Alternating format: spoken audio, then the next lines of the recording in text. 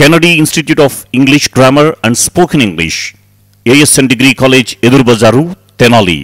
వేసవిలో English grammar మరియు spoken English నేర్చుకోదలిచిన వారు వెంటనే సంప్రదించి పేరు నమోదు చేసుకోండి.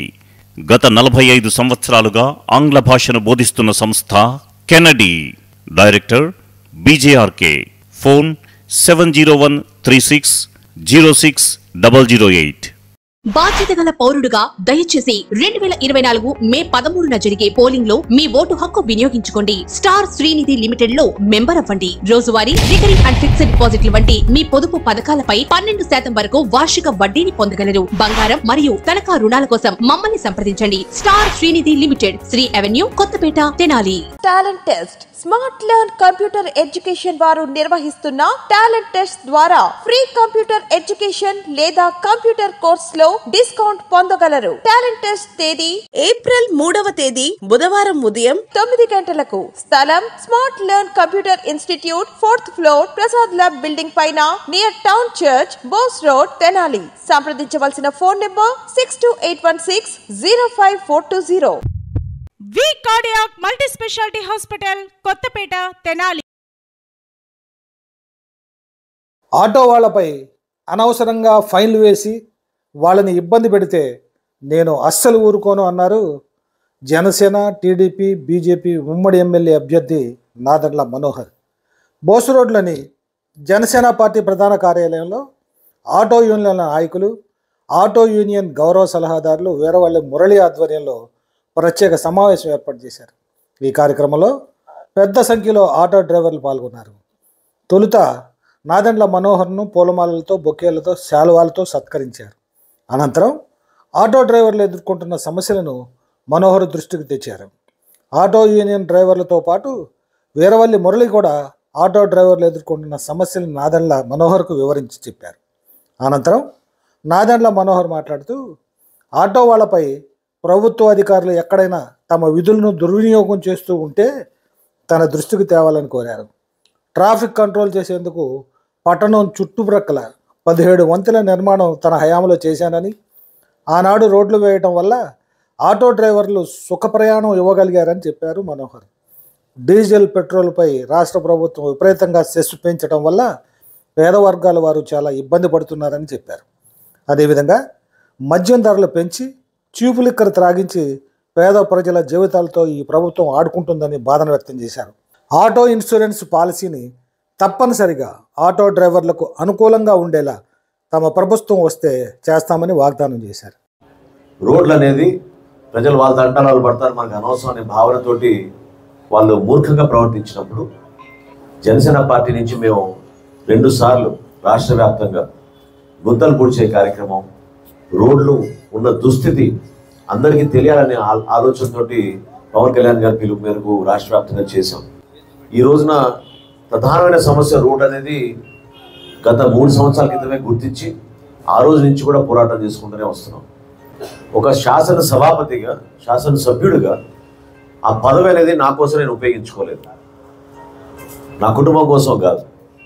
ఆ రోజు నేను అంకిత భావంతో మన తెనాలి నియోజకవర్గం కోసం అభివృద్ధితోటి, ఒక ప్రణాళికతోటి, ఎందుకంటే చూశారు మీరు వాళ్ళు చేసిన రోడ్ ఏంటంటే రోడ్ మీద రోడ్ వేసుకుని డబ్బులు తీసుకుని పోయారు. అటువంటి ప్రణాళిక కాదు, నిజాయితీగా ఉండాలి ప్రణాళిక. ఇప్పుడు గుంటూరు నుంచి హనుమాన్పాలెం వెళ్ళే రోడ్డు 2009 ఎలక్షన్లో ఎట్లా ఉండేదో మీ అందరికీ తెలుసు. 2008లో కొలకనూరుకి వెళ్ళాలంటే మీకు ఎంత టైం పట్టేదో మీకు తెలుసు.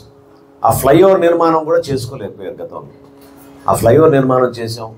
గుంటూరు నుంచి హనుమాన్పాలెం వరకు మీకు ఒక మంచి రోడ్ ఏర్పాటు చేస్తే ఈ రోజున 25 టన్నుల లారీ కాస్త వీళ్ళ కక్కుర్తితోటి, వీళ్ళకున్న దాహం, మరి ఇంకెంత సంపాదించాలనుకుంటా నాకు తెలియదు, కానీ ఒక్కొక్క లారీలో 40 టన్నులు 45 టన్నులు నింపి వాళ్ళు ఆ విధంగా తీసుకుని వెళ్తూ ఉన్నారు. రోడ్లు ఎంత చెడిపోయినాయో, ఎంత ఇబ్బందికరంగా ఉందో మీ అందరికీ తెలుసు. 68 కోట్ల రూపాయలు శాంక్షన్ చేసి పెదరావూరు నుంచి నందివేలు వరకు రీటైనింగ్ వాల్స్ కట్టి 4 లేదా రహదారిని నా రోజు తీసుకొస్తే కనీసం మనం ఆటోనగర్ వరకు కూడా తీసుకెళ్ళలేకపోయాం ఈ రోజున. సో ఇది ఏంటంటే పాలకులు ఎవరైనా సరే మనందరం కూడా నిజాయితీగా ఒక ప్రణాళికతోటి ఈ కార్యక్రమం చేద్దాం. ఇది పూర్తి చేస్తే 4 ఓట్లని కాదు, మన ప్రాంతానికి ఇంకా మీకు మెరుగైన అభివృద్ధి జరిగే అవకాశాలు ఉన్నాయి. 10 మంది ఇక్కడ ప్రయాణం చేసి ఇక్కడికి వస్తేనే కదా మనకి ఇక్కడ ఉన్న వ్యాపారస్తులు కానీ ఎవరైనా సరుకులు అమ్ముకోవడానికో టీ స్టాల్తో సహా మొదలు పెట్టుకుంటే మీకు ప్రతిరోజు మీరు ఎదుర్కొనే కష్టాలు, మీరు పొద్దున లేచి పెట్రోల్ డీజిల్ కొట్టించుకోవాలి, మీరు కస్టమర్లు తీసుకెళ్ళాలి, అదే రోడ్ల పైన మీరు ప్రయాణం చేస్తుంటే మీకు ఎంత ఇబ్బందిగా ఉందో కస్టమర్లు కూడా అదే ఇబ్బంది ఉంది. నేను మర్చిపోలేని సంఘటన ఈరోజు చెప్తున్నా. 2-3 నెలల క్రితం నేను మంగళగిరి నుంచి వస్తుంటే ఆటో వెనక కూడా కొంతమంది కూర్చుంటారు కదా, ఒక పెద్ద ఆయన కూర్చుంటున్నాడు. నేను కారులో ముందు కూర్చుంటా కాబట్టి నన్ను చూడగానే గుర్తుపెట్టుకుని ఆయన గుర్తించి ఇమీడియట్గా పాపం చేతులు వదిలేసి నమస్కారం పెట్టాడు. కానీ ఆ గుంతల రోడ్డు కదా, ఆల్మోస్ట్ పడిపోయే పరిస్థితి పాపం ఆయనకి. అప్పుడు నేను మెల్లగా పక్కకు కారు వెళ్ళినప్పుడు ఆయన పనిమాల చూడండి రోడ్డు పరిస్థితి ఎట్లా ఉందో అని చెప్పి ఆయన ఆ రోజు వివరించడం జరిగింది. అంటే ఎంత కష్టాల్లో ఉన్నారో ప్రజలు, ఆ కష్టాన్ని కూడా గుర్తించలేకపోతే దేనికి మనకి ఒక ఎమ్మెల్యే పదవి దేనికి, ఒక ఎంపీ పదవి దేనికి, ఒక మంత్రి పదవి దేనికి చెప్పండి. అది చాలా చిన్న సమస్యగా. ఇప్పుడు విగ్రహాలు నిర్మాణం చేయడానికి స్పీడ్ బ్రేకర్లు పెట్టడానికి కోసం మీకు సమయం డబ్బులు ఉంటాయి, గుంతలు ఎందుకు పూడ్చలేరు మీరు? చాలా చిన్న సమస్య కదా, గుంతలు ఎందుకు పూడ్చలేరు? మెయింటెనెన్స్ ఎందుకు చేయలేరు రోడ్ల గురించి? వాటి గురించి మాట్లాడడానికి ఎవరు కూడా ముందుకు రారు. దౌర్జన్యం, దాడులు, ఇప్పుడు ఫోటోలు తీసి మళ్ళీ కేసులు, ఇవే ఆలోచనలు.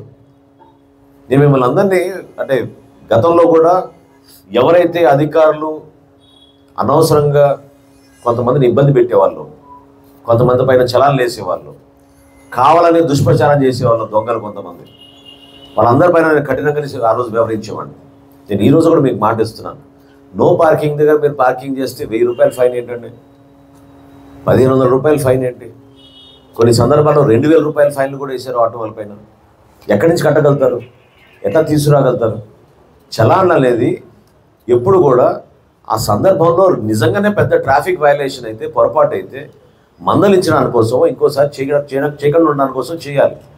కానీ అదొక కసితోటి వీళ్ళని ఇబ్బంది పెడితే అదొక ఆనందం వస్తుందనే భావనతోటి ఆటో వాళ్ళని ఇబ్బంది పెట్టడం అనేది చాలా దుర్మార్గం. దాన్ని నేను ఖండిస్తున్నాను. నేను ఒప్పుకోని ఎట్టి పరిస్థితుల్లో కూడా మీకు ఈ సందర్భంగా తెలుస్తున్నాను. ఎక్కడ ఎవరు ఏ విధంగా అధికార యంత్రాంగం దుర్వినియోగం జరుగుతుందంటే మాత్రం నా దృష్టికి తీసుకురండి. తప్పకుండా మన తెనాలిలో మీకు ఇబ్బంది కలగకుండా కొన్ని మార్గాలు సర్దిద్దుకోవాలి. ఎందుకంటే మనకి ట్రాఫిక్ సమస్యలు ఉంటాయి టౌన్లో. వర్తకులు కూడా చాలామంది పాపం వాళ్ళు 1 వేలు పెట్టినా కూడా ఇబ్బంది అవుతుంది అంటారు, కస్టమర్లు రారని. మీకు ఇబ్బంది అవుతుంది. కానీ ఆ ట్రాఫిక్ సమస్యని మనం ఏ విధంగా చేయాలి?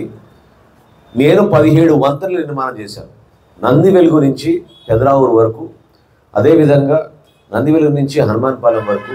సివిలర్ వంతెన గురించి చెప్పారు ఇందాక. 17 వంతెనలు నిర్మాణం చేశాను. రింగ్ రోడ్ రావాలని పెదరావూరు దగ్గర 2 వంతెనలు నిర్మాణం చేశాను. ఇప్పటివరకు అది జరగలేదు. అదేవిధంగా బురిపాలెం రోడ్ నుంచి మనం టౌన్ శివారు దాటే విధంగా అదొక ప్రణాళిక తీసుకొచ్చాం. దాని గురించి కూడా ఎవరు మాట్లాడలేదు, ముందు తీసుకెళ్ళలేదు. ఖచ్చితంగా ఈ సమస్యల పైన మనం దృష్టి సారిస్తే అనవసరంగా చిన్న చిన్న సమస్యల పైన, ఇప్పుడు మీ పైన ఛానల్ వేస్తే ఎంత వస్తుంది చెప్పండి? అది ఎక్కడ పోతున్నాయి డబ్బులు? అది కూడా చూసాం మొన్న. దొంగ యాప్లు సృష్టించి ఎవరో అకౌంట్లోకి వెళ్ళిపోయి స్వార్థపరులు వ్యక్తిగతంగా వాళ్ళకి బెనిఫిట్ అయింది, కానీ ఎవరికి ఉపయోగపడలేదు. డీజిల్ పెట్రోల్ ధర ఈ రోజున సెస్ ఎంత పెంచేశారో ఆంధ్రప్రదేశ్లో మీ అందరికీ తెలుసు. నెల్లూరు జిల్లాలో, అటు శ్రీకాకుళం జిల్లాలో ఎవరు కూడా ఆంధ్రప్రదేశ్లో డీజిల్ కానీ పెట్రోల్ కానీ కొట్టించే పరిస్థితి లేదు. పొరుగు రాష్ట్రాలకు వెళ్ళి తెచ్చుకుంటున్నారు. కాబట్టి ఈ ఆలోచనలు మారాలి. పేదవాడిని ఆదుకునే విధంగా మనం ప్రయాణం చేయాలి. మీకు ప్రధానమైన సమస్య నేను గుర్తించింది, ఎంతోమందితో నేను కూడా మాట్లాడుతూ ఉంటాను. ఏ జిల్లాకి వెళ్ళినా పర్యటించినప్పుడు ఉదయం నుంచి సాయంత్రం వరకు మీరు అహర్నిశలు కృషి చేయకపోతే మీ కుటుంబాన్ని మీరు నడపలేరు, వాళ్ళకి మీరు అండగా నిలబడలేరు. మీకున్న ఆరోగ్య సమస్యల గురించి ఎవరు మాట్లాడరు. మీకున్న బ్లడ్ ప్రెషర్ సమస్యలు కానీ, మీకున్న యాంగ్జైటీ సమస్యలు, అంటే మీకు డిప్రెషన్ ఉన్న సమస్యల గురించి కానీ ఎవరు కూడా మాట్లాడరు. ఎందుకంటే ఒక కస్టమర్ రాకపోతే 1 గంట సేపు మీరు నిల్చుంటే ఎంత మీకు దానివల్ల ఆర్థికంగా ఇబ్బంది పడతారనేది ఎవరు ఆలోచించరు. ఆ విషయాలపైన ఆలోచించి అన్నిటికన్నా ముందు మనం చేయాల్సింది మీ అందరికీ కూడా ఒక ఇన్సూరెన్స్ పథకం తీసుకురావాలి. అది నేను మాట ఇస్తున్నా ఈరోజు. నేను సోదరు మురళి చెప్పారు, మీరు అందరూ చెప్పారు. ఎట్టి పరిస్థితుల్లో కూడా ఆటో వర్కర్స్కి ఖచ్చితంగా రాష్ట్ర ప్రభుత్వం నుంచి రేపటి రోజున రాబోయేది మన ప్రభుత్వమే, అందులో ఏమాత్రం డౌట్ లేదు. Telugu Desam party, Janasena party, Bharatiya Janata party ఉమ్మడి ప్రభుత్వం ఒక అద్భుతమైన పరిపాలన తీసుకురావడం కోసం, మన జీవితాల్లో మార్పు తీసుకురావడం కోసం, భవిష్యత్తుని దృష్టిలో పెట్టుకుని చంద్రబాబు నాయుడు గారి నాయకత్వం, పవన్ కళ్యాణ్ గారి నాయకత్వం, అదేవిధంగా దేశ స్థాయిలో నరేంద్ర మోడీ గారి నాయకత్వం, వాళ్ళు ఇచ్చిన అనుభవంతో వచ్చిన కొన్ని పరిష్కార మార్గాలు వెతుక్కొని ఒక మంచి ప్రణాళిక సిద్ధం చేసి ముందు తీసుకెళ్లాల్సిన బాధ్యత మా అందరిపైన ఉంది. ప్రభుత్వం ఖర్చు పెట్టే రూపాయిలో కనీసం 60 పైసలు మనం సంక్షేమంకు పెట్టినా 40 పైసలు మనం మౌలిక సదుపాయాల కోసం మనం పెట్టాలి. అంతేగాని మీకు మంచినీరు కూడా ఇవ్వం, మీరందరూ బాటిల్ కొనుక్కోవాలి. ఈ రోజున ప్రకాశం బ్యారేజ్ నుంచి మనం పైప్ లైన్ వేసి 100 కోట్ల రూపాయలతోటి మన తెనాల్లో ఇంత అద్భుతంగా స్కీమ్ తీసుకొస్తే ఎందుకు మనం తాగునీరు కోసం ఈరోజు కూడా ఎదురు చూడాల్సి వస్తుంది? కేవలం వాటికి 3 లక్షలు 4 లక్షలు ఖర్చు పెడితే పైప్ లైన్లో ఇంకొంచెం వేసుకొని ఇంకొంతమందికి ఉపయోగపడే విధంగా ట్యాపులు ఇవ్వచ్చు మనం. అది కూడా కేంద్ర ప్రభుత్వం ఇస్తుంది. రాష్ట్ర ప్రభుత్వం పైన కానీ మున్సిపాలిటీ పైన కానీ ఆర్థిక భారం లేకుండా ప్రతి ఇంటికి మనం కొలాయి ఇచ్చే విధంగా ఖచ్చితంగా రాబోయే ప్రభుత్వంలో మనం పథకం తీసుకొచ్చి మీ అందరు కూడా ఆ సహాయం అందిస్తాం. జనాల్లో ఉన్న వనరులు ఒకప్పుడు గర్వపడే విధంగా మనం చెప్పుకునేది ఏంటంటే 20 అడుగులు వెళ్తే చాలా మాకు అద్భుతమైన నీళ్ళు దొరుకుతున్నాయని అని చెప్పేవాళ్ళు. ఈరోజు ఎక్కడ చెప్పండి ఆ పరిస్థితి. కొలిపర్ మండలంలో కూడా కృష్ణానది తీరాన అక్కడ కూడా పంపు తీసుకుని మనం నీళ్ళు తాగే పరిస్థితి లేదు ఈ రోజు కదా. ఈ మార్పులు మీరు గుర్తించాలి. ప్రకృతిని వీళ్ళు ధ్వంసం చేశారు వాళ్ళ స్వలాభాల కోసం, వాళ్ళ ఆస్తుల కోసం. ఎక్కడ చూసినా ఇసుక దందా చేశారు. లిక్కర్ గురించి చాలా లోతుగా మురళి మాట్లాడాడు. ఇది ఒక ప్రధానమైన సమస్య. ఎందుకంటే నాకున్న సమాచారం 20 రూపాయల లోపే తయారవుతుంది. అది 20 రూపాయల లోపే తయారైన సరుకుని మీకు ఏ రేటుకి అమ్ముతున్నారు చెప్పండి. కేవలం మీ ఆరోగ్యం చెడిపోయినా, మీరు రేపటి రోజున అనేక సమస్యలతోటి మీరు కుటుంబాన్ని చితిపోయినా కూడా ప్రభుత్వానికి మాత్రం ఒక మహా ఆనందం వస్తుంది. దాంట్లో మహా ఆనందం వస్తుంది. సుమారు 20,000 కోట్ల రూపాయలు ఎక్సైజ్ డిపార్ట్మెంట్ ద్వారా ప్రభుత్వానికి తీసుకురావాలనే ఆలోచనతో వాళ్ళు ప్రైవేట్ కంపెనీల ద్వారా వాళ్ళు లబ్ధి పొందుతూ ఉంటే ఏ ముఖ్యమంత్రి ఇది ముఖ్యమంత్రి చెప్పండి? ఇంత దారుణంగా ఎవరైనా వ్యవహరిస్తారా? పాలకుడు అనేవాడు, రాజు అనేవాడు ఎప్పుడైనా సరే అందరూ బాగుండాలి, నా దగ్గర ఉన్న మన ఆంధ్రప్రదేశ్లో 5 కోట్ల మందికి కూడా మేలు చేయాలి, నేను మంచి పేరు తెచ్చుకోవాలి అని అనుకోవాలి. ఆయనే అన్నాడు కదా, మా నాన్నగారు ఫోటో పెట్టండి, పక్కన నా ఫోటో కూడా ఉండాలి ప్రతి ఇంట్లో అని. ఇంత నమ్మి మీరు 151 సీట్లు ఇస్తే ఈరోజు ఉన్న పరిస్థితులు ఏంటి? ఏ శాఖను చూసినా, ఎక్కడ చూసినా అవినీతి, సామాన్యుని ఆదుకునే విధంగా వీళ్ళు స్పందించడం లేదు. ఇళ్ల స్థలాల గురించి చెప్పారు. ఆంధ్రప్రదేశ్లో తెనాల్లో తీసుకున్నంత భూమి ఇంకెక్కడ తీసుకోలేదు. 600 ఎకరాలు తీసుకున్నారు. 100 కాదు, 50 కాదు, 200 కాదు, 600 ఎకరాలు తీసుకుంటే భూమి తీసుకున్న చోట పక్క గ్రామాల్లో అక్కడ కూడా పాపం పేదవాళ్ళు ఈరోజు కూడా వచ్చి మాకైతే అక్కడ ఇళ్ల స్థలాలు ఇవ్వలేదయా, వేరే వాళ్ళకి ఇచ్చారు, మా పేర్లు తీసేశారు, వివక్ష చూపించారని చెప్పారు. నేను రాజుకి మాటిస్తున్నాను, మీలాంటి వాళ్ళకి తప్పకుండా గుర్తించి అర్హత లేని వాళ్ళని చాలా మందికి ఇచ్చారు. అక్కడ అర్హత లేని వాళ్ళని చాలా మందికి ఇచ్చారు అన్యాయంగా. ఇచ్చిన వాళ్ళని ఇంకా ఇబ్బంది పెట్టారు. ఇల్లు కట్టుకోకపోతే అర్జెంటుగా మీ పట్టా తీసేసుకుంటామని బెదిరించి 3 లక్షల రూపాయలు 2 లక్షల రూపాయలు వాళ్ళు లోన్లు తీసుకొచ్చుకొని పాపం కట్టుకోలేని పరిస్థితుల్లో ఇబ్బంది పడేమని చాలామంది ఇబ్బంది పడుతూ ఉంటే వాళ్ళని బెదిరించి అక్కడ వసూలు చేసుకున్నారు. చాలా దారుణంగా వ్యవహరించిన కార్యక్రమం. జగనన్న కాలనీలో 35,000 కోట్ల రూపాయలతోటి వీళ్ళు భూములు కొనుగోలు చేశారు. 35,000 కోట్ల రూపాయలు అసలు ఊహించలేము. ఆ స్థాయిలో నిజంగానే మీరు కార్యక్రమం చేస్తుంటే ఒక్కడు కూడా ఈ రోజున ఆంధ్రప్రదేశ్లో మాకు ఇళ్ల స్థలం రాలేదు, మాకు అన్యాయం జరిగిందనే భావన ఎవరిలో ఉండకూడదు. నిజాయితీగా చేయలేదు.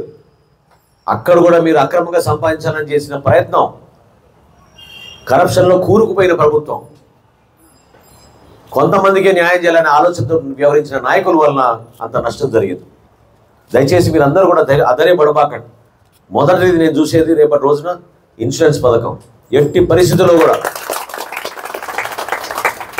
పరిస్థితుల్లో కూడా ఆ ఇన్సూరెన్స్ ఏ విధంగా తీసుకొస్తే మీకు ఉపయోగపడుతుందో చూసి, ప్రభుత్వం నుంచి ఎంతవరకు సహాయం అందించగలుగుతాం చూసి, అది రాష్ట్ర వ్యాప్తంగా వర్తించినట్టు ఒక ఎత్తు అయితే, తెనాలి వరకు మాత్రం నేను మురళి మీకోసం అండగా నిలబడతాం.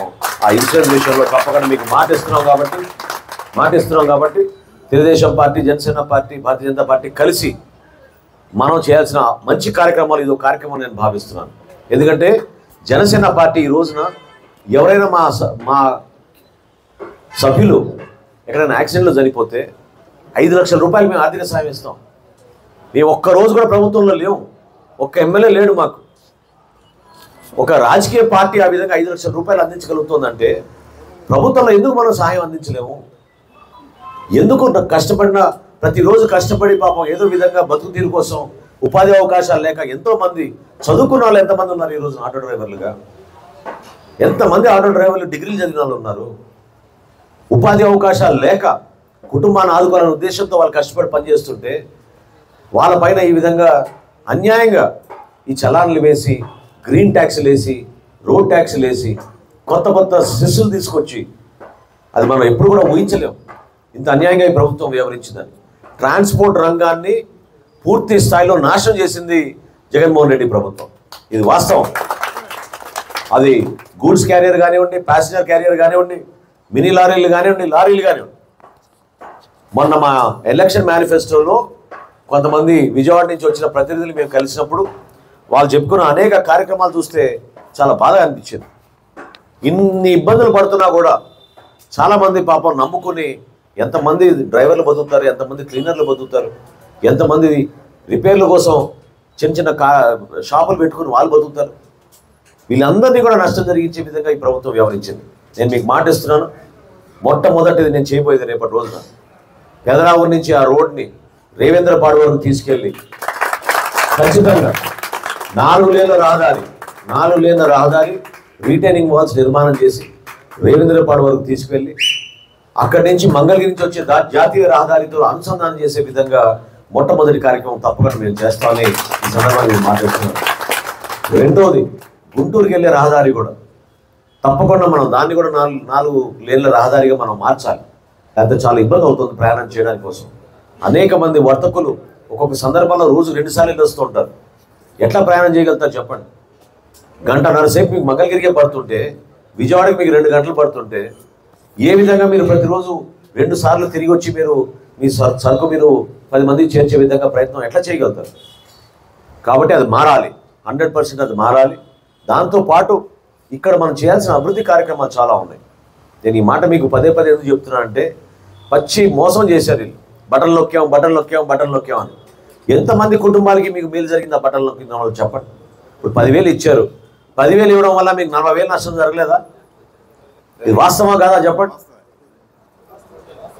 ఏ విధంగా ఆ వ్యక్తి కేవలం ఉపన్యాసాలకు పరిమితమై ప్రభుత్వ కార్యక్రమాల్ని రాజకీయ వేదికలుగా వాడుకొని ఎంత నష్టం కలిగించడం మన రాష్ట్రానికి మీ అందరికీ తెలుసు. కాబట్టి ఎంతో అనుభవం కలిగిన చంద్రబాబు నాయుడు గారు, వర్తమాన ఆలోచనలతో ఉన్న పవన్ కళ్యాణ్ గారి నాయకత్వం మన రాష్ట్రానికి ఎంతో అవసరం. కలిసికట్టుగా మనం ముందుకెళ్దాం. ఈరోజు పొత్తు ఎందుకు పెట్టుకున్నామంటే ఓటు చీలిపోతే మరొకసారి దుర్మార్గుడు వస్తాడు, అతని పరిపాలన చాలా నష్టం జరుగుతుంది మన ఆంధ్రప్రదేశ్కి. పదవుల కోసం కాదు, సీట్ల కోసం కాదు. మేము ఈ ప్రయాణం కోసం కట్టుబడి చిత్తశుద్ధితో పనిచేసేది కూడా మన భవిష్యత్తు కోసం. ఎవరైనా అంత త్యాగం చేస్తారా చెప్పండి? పవన్ కళ్యాణ్ గారు చేసినట్టు మేము అసలు సీట్ల గురించి ఒక మాట కూడా మాట్లాడలేదు. ఎక్కడ కూడా నిలబడ్డాం. పొత్తు చాలా అవసరాన్ని భావించాం. ఈ పొత్తు ద్వారానే రాష్ట్రానికి మేలు జరుగుతుంది అనుకున్నాం. మన బిడ్డలకి రేపటి రోజున ఉపాధి అవకాశాలు కల్పిస్తాయని అనుకున్నాం. పెట్టుబడులు వస్తాయని నమ్ముతున్నాం. ఒక మంచి పరిపాలన తీసుకురావాలని ప్రయత్నం చేస్తున్నాం. దీనికోసమే నిలబడ్డాం తప్ప మాకు వ్యక్తిగత స్వార్థాల కోసమో మాకేదో పదవుల కోసం కాదు. మీరందరూ కూడా దయచేసి ఒక 4 రోజులు మీరు ఆలోచించండి. మీతో ప్రయాణించే ప్రతి ఒక్కరితో కూడా మీరు మాట్లాడండి. మంచి పరిపాలన తీసుకొద్దాం, మౌలిక సదుపాయాలు తీసుకొద్దాం, రక్షణ మంచినీటి పథకం ఇంకా మెరుగ్గా జరిగేటట్టు మనం చేద్దాం. రోడ్లు మనం బాగు చేసుకుందాం, సైడ్ కాలువలు డ్రైన్లు కూడా మనం బాగు చేసుకుందాం. ఎంత దారుణం అంటే కేంద్ర ప్రభుత్వం 90% ఇస్తుంది నిధులు. 90% అంటే 100 రూపాయలకి 90 రూపాయలు ఇవ్వడానికి సిద్ధంగా ఉంటే వాళ్ళు కేంద్ర ప్రభుత్వం నుంచి 10 రూపాయలు కూడా ఈ రాష్ట్ర ప్రభుత్వం కట్టని పరిస్థితులు చాలా పథకాలు ఉన్నాయి. అందులో ఇన్సూరెన్స్ పథకం ఒకటి. 2 లక్షల రూపాయల ఇన్సూరెన్స్ మీకు వచ్చేటట్టు వర్తించేటట్టు కేంద్ర ప్రభుత్వం 120 రూపాయలకి వాళ్ళకు పథకం తీసుకొస్తే ఆ 40 రూపాయలు కట్టడానికి కూడా రాష్ట్ర ప్రభుత్వం వెనకడుగు వేసింది. భారతదేశంలో ఆంధ్రప్రదేశ్ ఆ లిస్టులో లేదు ఇన్సూరెన్స్ పథకంలో. అంత అన్యాయంగా వ్యవహరించారు వీళ్ళు. మరి డబ్బులు ఎక్కడ పోయినా ఎవరు తెలియదు. 12 లక్షల కోట్ల రూపాయలు అప్పులు చేశారు. 12 లక్షల కోట్ల రూపాయలు అప్పులు చేశారు. ఈ రోజున ఆర్థికంగా చితికిపోయాం మనం ఒక రాష్ట్రంగా. కొన్ని వాగ్దానాల విషయంలో మీకు కొన్ని అనుమానాలు ఉన్నాయి. అది కూడా చివరిలో ప్రస్తావించాడు కాబట్టి నేను కూడా ప్రస్తావిస్తున్నాను. సందర్భంలో ఖచ్చితంగా సంక్షేమం అనేది ఇంకా పేదరికంలో ఉన్న కుటుంబాన్ని ఆదుకోవాల్సిన బాధ్యత మనకు ఉంటుంది ప్రభుత్వంలో. కానీ దాని ద్వారా మీకు ఎక్కడైనా నష్టం జరిగితే మాత్రం ఆ నష్టాన్ని పూడ్చే బాధ్యత కూడా మేము తీసుకుంటామని ఈ సందర్భంగా నేను మనస్ఫూర్తిగా చెప్తున్నాను. ఇదేదో ఎలక్షన్లప్పుడు చేసే వాగ్దానం కాదు, ఎలక్షన్ కోసం చేసే వాగ్దానం కాదు, ఓట్ల కోసం మాట్లాడే మాటలు కాదు. ఇది నేను నిజాయితీగా చెప్తున్నాను. సమస్య ఉన్నప్పుడు సమస్య గురించి అవగాహన తెచ్చుకొని మాట్లాడి పరిష్కారం చేయాలనే తపన ఉన్న వ్యక్తులు పరిపాలిస్తే మీకు పొరపాటు జరగదు, మీకు న్యాయం జరుగుతుంది, మీకు కూడా సంతోషంగా ఉండగలుగుతారని నేను భావిస్తున్నాను. తెనాలి నగరానికి, తెనాలి నియోజకవర్గానికి ఒక మంచి ప్రణాళిక తీసుకొద్దాం, కలిసికట్టుగా అందరం పనిచేద్దాం. ఒక మంచి పరిపాలన ద్వారా మీకు అందించాల్సిన సహాయం, మీ బిడ్డలకు అందించాల్సిన సహాయం, మీ కుటుంబానికి అందించాల్సిన సహాయం, పరిపాలన మన చేతిలో బలంగా ఉన్నప్పుడు, మనం జాగ్రత్తగా వ్యవహరించినప్పుడు ఎవ్వరు కూడా లైన్ దాటి వెళ్ళరు. అది మీరు గుర్తుపెట్టుకోవాలి. ఆ విధంగా మేము పనిచేస్తాం, నిజాయితీగా మీ వెంట ఉంటాం. ఎప్పుడు ఏ సమస్య వచ్చినా నిజంగా సమాజంలో ఇటువంటి వ్యక్తులు చాలా అవసరం. స్పందించే మనస్తత్వం ఉంటేనే ఆ విధంగా మనం రాజకీయాల్లో బతకగలుగుతాం. స్పందించే మనస్తత్వం లేని వ్యక్తులు రాజకీయాల్లో రావడం చాలా ప్రమాదం. ఎవరైతే వాళ్ళ స్వార్థాల కోసం, వాళ్ళ పదవుల కోసమో, లేకపోతే రేపటి రోజున నాకేంటి బెనిఫిట్ అని అనుకునే వాళ్ళ ద్వారా చాలా నష్టపోతాం మనం. దానివల్లే ఆంధ్రప్రదేశ్ ఈరోజు 5 సంవత్సరాల నుంచి ఇంత అంధకారంలోకి వెళ్ళిపోయింది. నమ్మండి, ఒక విశ్వాసంతో ముందుకెళ్ళండి. మీకున్న బంధువులు, మిత్రులు, శ్రేయోభిలాషులు ఎవరు ఎక్కడున్నా కూడా వాళ్ళందరినీ కూడా మీరు ప్రతిభావితం చేయాల్సిన బాధ్యత కూడా మీకు పైన ఉంది. ఎందుకంటే ప్రతిరోజు మీరు కనీసం 200-300 మంది మీరు తీసుకెళ్తూ ఉంటారు మినిమం. మాట్లాడినప్పుడు వాళ్ళకి ఎక్స్ప్లెయిన్ చేయండి, చెప్పండి ఏ విధంగా మార్పు అవసరం అనేది, దేనికోసం అవసరం అనేది, మన భవిష్యత్తు ఏమైపోతుందని ఆవేదనతో మీరు అర్థం చేసుకోవాలి. ఆ మాటల గురించి ఈరోజు నేను మీ అందరితో కూడా ఇంత ఆత్మీయ సమావేశం ఏర్పాటు చేశాను. ప్రత్యేకంగా మీకు నేను ధన్యవాదాలు తెలుపుకుంటూ భవిష్యత్తులో ఈ 6000 ఆటోలు అన్నాను మన తెనాలి డివిజన్లో. తప్పకుండా వాళ్ళందరితో కూడా మీరు మాట్లాడండి, ఒక నమ్మకం కల్పించండి. మనం అన్న మాటల్లో, ఈరోజు నేను మీకు చెప్పిన మాటల్లో రేపటి రోజున ప్రభుత్వం వచ్చిన తర్వాత ఖచ్చితంగా ప్రతి మాట కూడా మేము అమలు చేస్తాం. మీకు ఎక్కడ ఇబ్బంది కలగకుండా మీకు ధైర్యంగా మీరు మీ కార్యక్రమాలు మీరు చేసుకునేటట్టు ముందుకెళ్దాం. ఇంకో 2 సమస్యలు మీరు కూడా కొంచెం సహకరించాలి. ఇక్కడ సమాజంలో మీకు బాధ్యత ఉంది. గతంలో కొన్ని చిన్న సంఘటనలు జరిగేవి గంజాయి విషయంలో. దయచేసి మీరు గంజాయి విషయంలో మీతో పాటు ఎక్కడైనా ఎవరైనా ప్యాసింజర్స్ కానీ ఎవరైనా మీకు సమాచారం అందిస్తే దానిపైన మాత్రం మనం కఠినంగా వ్యవహరించాలి. ఎందుకంటే మన భవిష్యత్తు చెడిపోతుంది, మన బిడ్డల్ని మనం పాడు చేసుకున్న వాళ్ళు అవుతాం. మీకు ఎక్కడన్నా సమాచారం వస్తే తప్పకుండా ఆ కుటుంబానికి మేలు చేసే విధంగా, ఆ ప్రాంతానికి మేలు చేసే విధంగా మీరు స్పందించాలి. ఎందుకంటే పోలీస్ శాఖ వారు చూసి చూడనట్టు వెళ్ళిపోతున్నారు. అసలు గతంలో ఎక్కడ కూడా మనకి ఇటువంటి పరిస్థితి ఉండేది కాదు. ఈరోజు తెనాల్లో గంజాయి విషయంలో ఎంతమంది ఆవేదనతో చెప్పుకోగలిగిన వాళ్ళు కొంతమంది చెప్పుకుంటున్నారు, చెప్పుకోలేని తల్లిదండ్రులు ఎంతోమంది ఉన్నారు మన తెనాల్లో. వాళ్ళ బాధ వర్ణాతీతం. కొలిపారు మండలంలో కూడా ప్రతి గ్రామాల్లో చేరిపోయింది ఈరోజు గంజాయి. అరాచకంగా వ్యవహరిస్తున్నారు, ఇబ్బంది పెడుతున్నారు, మహిళలపైన దౌర్జన్యంగా వ్యవహరిస్తున్నారు. ఇవన్నీ కూడా మనం జాగ్రత్తగా గుర్తుపెట్టుకోవాలి. మీ అందరూ కూడా ఒక నమ్మకంతో, విశ్వాసంతో మంచి నాయకత్వం రాబోతుంది, మంచి ప్రభుత్వం రాబోతుందని ఒక బలంతో మీరు ఈరోజు సమావేశంలో తిరిగి వెళ్ళినప్పుడు 10 మంది మీరు ప్రతిభావంతం చేయండి. అందరికీ కూడా సమాచారం అందించమని చక్కటి సమావేశం ఏర్పాటు చేసినందుకు, మీరు కూడా పాపం ఇంత సమయం ఇచ్చినందుకు నేను తప్పకుండా మీకు రుణపడి ఉంటాను. తప్పకుండా మీకు వెంట ఉంటాను. ఏ సమస్య వచ్చినా కూడా నా దృష్టిని తీసుకురండి. తప్పకుండా ఆ సమస్య పరిష్కారం కోసం ఇంకా మేలు చేసే విధంగా రాబోయే రోజుల్లో మనం ప్రభుత్వం వచ్చినాక ఏర్పాటు చేసుకున్నామని సెలవు తీసుకుంటున్నాను. ముఖ్యంగా ఈ 5 సంవత్సరాల్లో ఆటో సోదరులు ఒక నరకం చూశారనేది వాస్తవం. ఎందుకంటే ముఖ్యంగా రోడ్ల దుస్థితి, ఏ పక్కకి వెళ్ళినా కానీ గుంటల మయం, 2 రోజులు 3 రోజులు తోలకాలు ఉన్నాయంటే 4వ రోజు ఈ డబ్బులు మొత్తం తీసుకెళ్ళి ఈ ఆటో రిపేర్లకే సరిపోయే పరిస్థితి. ఏ ఒక్క ఆటో సోదరుడు కూడా ఈ ప్రభుత్వంలో నేను హ్యాపీగా ఉన్నానని చెప్పేటటువంటి పరిస్థితి లేదన్నది వాస్తవం ఇవాళ. ఎందుకంటే ఒక మంచి సమాజం కోసం, ఒక మంచి పరిపాలన కోసం ఈ రాష్ట్రంలో ఉన్నటువంటి ప్రతి ఒక్క వ్యక్తి కూడా, నాది కూడా ఒక మంచి పరిపాలన అందించే దాంట్లో నా పాత్ర కూడా ఎంతో అవసరమని ప్రతి ఒక్కరు కూడా భావించినప్పుడే ఇటువంటి దుర్మార్గులకి గుణపాఠం చెప్పినట్టు అవుతుంది. సోదరులారా, ఒక విమర్శ కోసమో ఎదుటి వాళ్ళ మీద బురద చల్లటం కోసమో మనం ఇక్కడ సమావేశం అవ్వాలా. ఎందుకంటే తెనాలి పరిసర ప్రాంతం కానివ్వండి, పట్టణంలో కానివ్వండి, ప్రతి వార్డు నుంచి కూడా, ప్రతి పాయింట్ నుంచి కూడా ఇక్కడికి కార్మిక నాయకులు వచ్చారు. నేను ఒకటే అడుగుతున్నా, ఈ 5 సంవత్సరాల్లో రోడ్ల యొక్క దుస్థితి మనం చూసాం. అలానే మందు, జగన్మోహన్ రెడ్డి అధికారంలోకి వచ్చే ముందు ఏం చెప్పాడు? మందుని మద్యపానం నిషేధం చేసి తన యొక్క చిత్తశుద్ధిని నిరూపించుకుంటానని ఆ రోజు చెప్పాడు. నువ్వు మద్యపానం నిషేధం ఎందుకు చేయలేదని మనం అడగటల్లా. దొంగ మందు, కల్తీ మందు, విష పదార్థాలతో కూడినటువంటి మందు, బ్రాండ్లు వేరు, మందంతా ఒకటే.